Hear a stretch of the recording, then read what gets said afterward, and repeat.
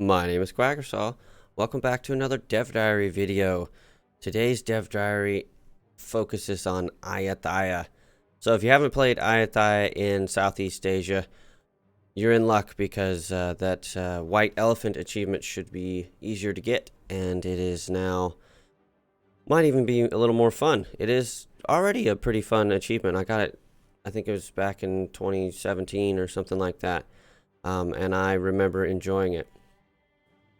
Now, if you're not familiar, Ayutthaya is the nation that eventually became SIAM. He mentions that here.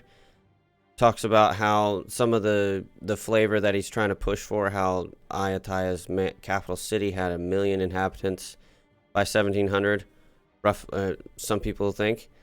And, you know, it's a nation that was stomping some faces at the time and growing.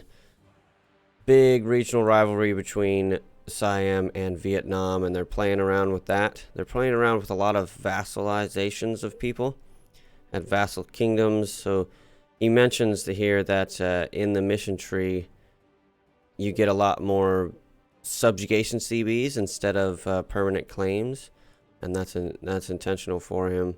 He also a mission or event here for you to inherit Sukhothai.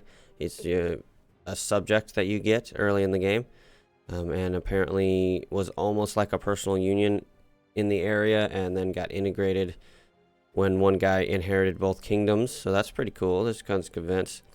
They've got a new idea set for Ayutthaya that revolves largely around subject management and could be quite powerful from that point of view.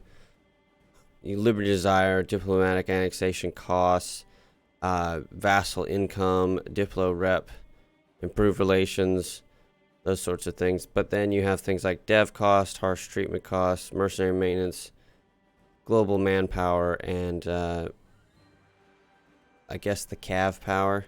These things are less powerful, but they're also are kind of set up for you to play in a way that's going to keep you in this area but own everyone immediately around you. It's kind of weird, but somewhat interesting. They're also showing off that there's a new mission tree. It doesn't have art yet, it looks like. This Neon is a content designer. He is not an artist, I'm fairly certain. So he's probably the only guy there right now over the summer, or one of the only guys there right now over the summer, and working on mission trees and content and things like that. So he doesn't have an artist to come back through and add these just yet. I'm sure that they will get that fairly soon, but I really like some of this mission tree. They don't show quite all of it. He mentions that down in this middle path, down right around here, some missions for going into China and either grabbing the mandate or destroying it after subjugating Vietnam. But it's pretty cool, I think. This left side of the mission tree deals with the new mechanics about pulling dev from your vassals to make your capital bigger. I believe that's what we're looking at to here. And then you've got things about Japan and eventually becoming an absolutist probably revolutionary empire, I'm not sure. This here is eventually, like I said, going to get you down into China, but first it goes up through the Khmer and the Lao and Vietnam, and then Sukhothai, Chiang Mai, Mon, Burma. This goes to the west. Prepare invasion, invade Malacca, and control spice trade goes to the south. So it's kind of like east, west, south kind of mission trees. Pretty cool, I think.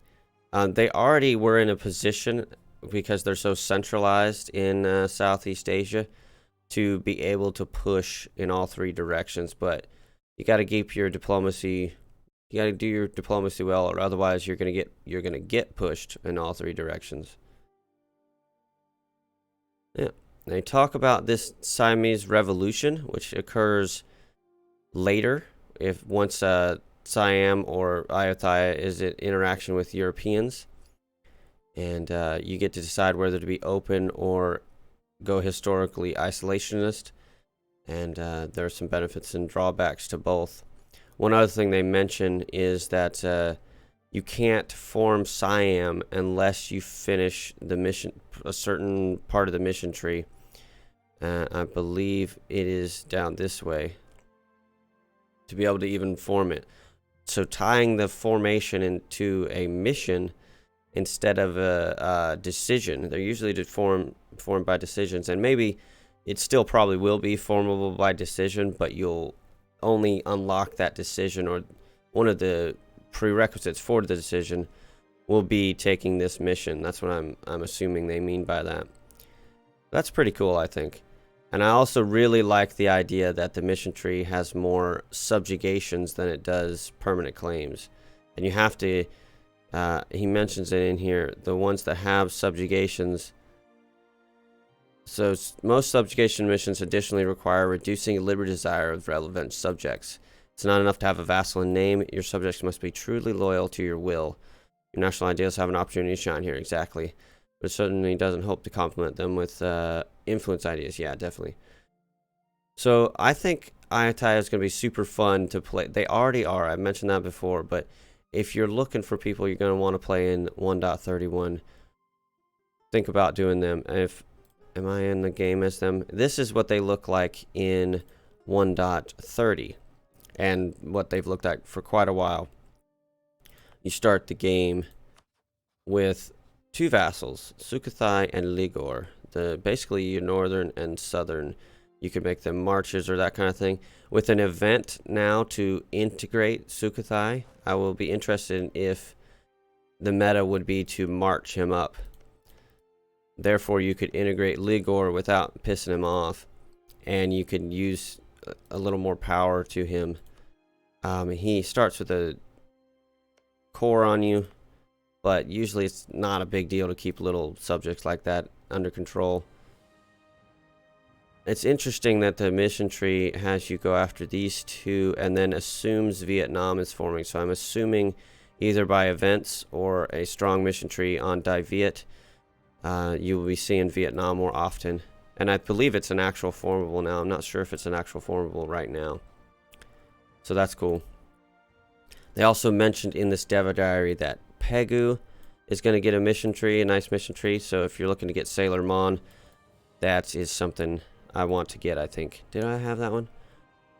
I'm not certain. I have this set up in non-Iron Man mode so I could tag around, so I can't check. But yeah, that's going to be interesting. So I want to know from you guys who you're most excited to play in this region in the next patch. Are you going to try to form SIAM? Are you going to try to form Nusantara? Are you going to try to form the Great Khmer Empire? Are you going to try to form Vietnam, Die Viet into Vietnam? Or maybe somebody else into Vietnam? I assume you'll be able to do Vietnam into... maybe not. Yeah, they're definitely different. Well, we'll have to wait for the Dev Diary to see specifics, but you could always culture shift over to Vietnamese, I would assume. Most formables are like that. But yeah, this is interesting. The map changes. They gave Sukhothai that core back. I find that interesting. And I would love to see more of this, where certain vassals, especially if they get your dynasty, can be inherited somewhat like personal unions, where there's a chance of events that would have you inherit them for free. I don't think that should happen a lot. I think that should happen very little, similar to how it happens with personal unions, very little. But that's definitely something that I think would add a little bit of flavor.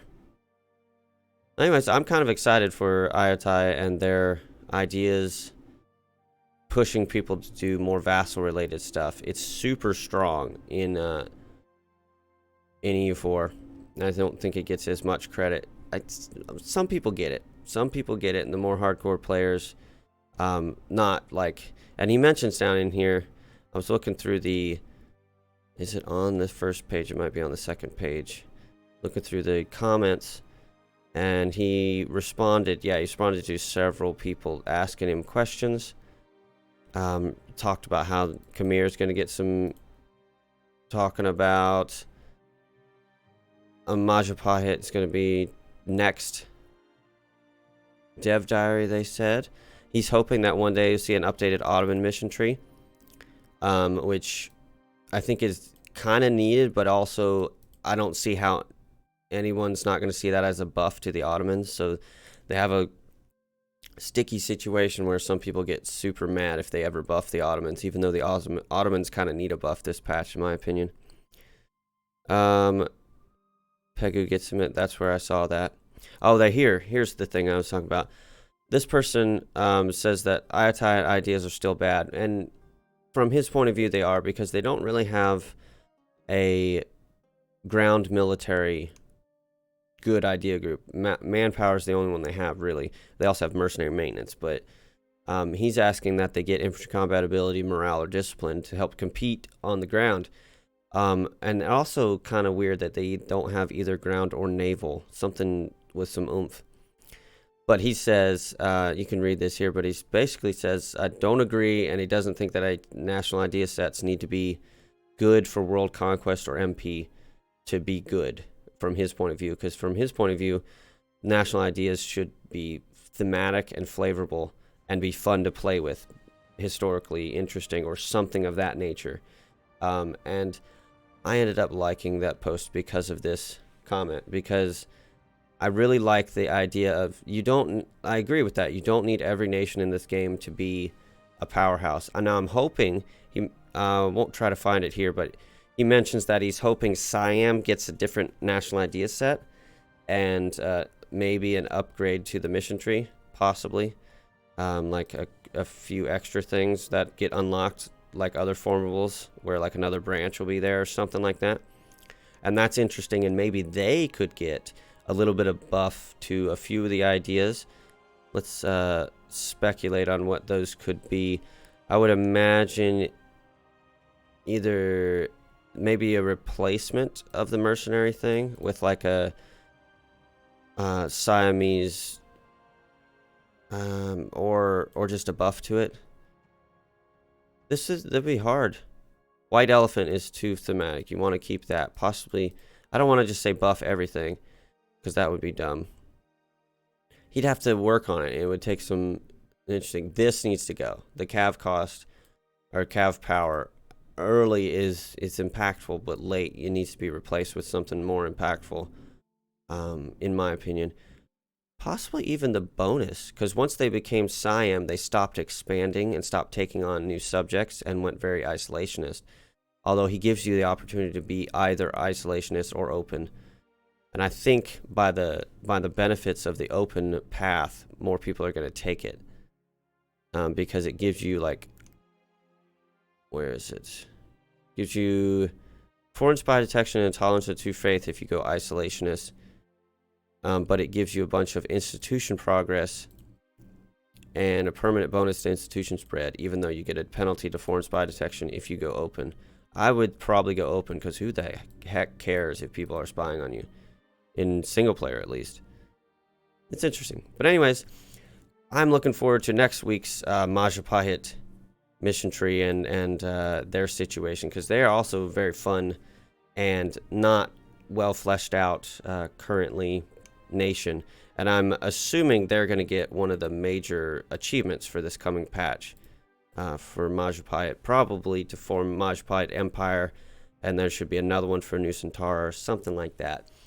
But since Ayutthaya already has the White Elephant achievement, I will be interested if they actually get that. Oh, I love how you can tell he's got the console, the debug mode on, and he went over here and he tagged into France and annexed Pegu so that Ayutthaya has France next to him. I find that interesting. But anyways, I will see you guys next week. Let me know what you think about these Dev Diary videos, and if you want to see more of those, what I could do to make them a little bit better. I'm always looking to improve. And let me know if you have any other ideas of things you'd like to see on the channel. Anyways, I'm going to get back to making content in the challenge videos. Have a good day, guys.